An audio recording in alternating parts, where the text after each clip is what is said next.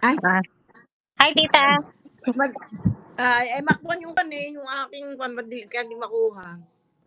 May bibigay daw sa'yo si nanay pagka pumunta ka. Ano? Ano kaya yun? Di ba may bibigay ka kamo kay Trinity? Ano yun? Bibigay ko sa'yo si Ken. Something na magugustuhan mo daw. Ano kaya yun? Bibigay ko sa'yo si Ken nga para magustuhan mo.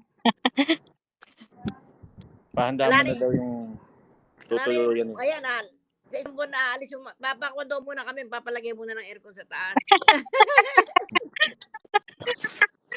Magdadala na lang po ako dyan na aircon. Sige, magdala ka ng isa. Sabi ko kay Carlo, kukuha ko ng yung bangs, ayaw naman niya mumurahin. Pwede namang hulugan niya, mura lang, may 1,000 lang isang buwan. Ayun na sharp eh. Ilang oras ka pa bago 7:10 mag-start, 7:50 ang flight. Alis na may Sir Carlo mo makulit, maingay. Kaya nga, next year na ulit. Hindi, okay nga yan. Sa birthday mo daw, sisiguraduhin daw niya andyan sa birthday mo. Kaya nga, pero ibig sabihin, mas meron siyang pagkakataon ngayon na masolo yung hindi niya masolo. So. Ayun eh. Hindi na nga kayo magkikita nun eh. Kikita niyo na, ikaw pa? Binlock niya. Tapos ako ang mensahero. Hindi na, nan-block ko na. Ba't mo binlock? Hindi, nan-block ko na. Magbe-birthday sa 19. Oo nga. Oh, happy birthday ka. Babalot daw ni Trinity yung sarili niya. Dapat magpasel kayo nun para kuwang kayo. Lalabas, kakain. Mabait naman yun, hindi naman ko sa babae si Ken. Spray mo siya nung eklat para Bango. Para mabango. Ay, naka. Asan ka ngayon? Nasaan? Gabaldo? Ay, Gabaldo nga ba yun? Opo, nakahiga. Pahiga-higa lang.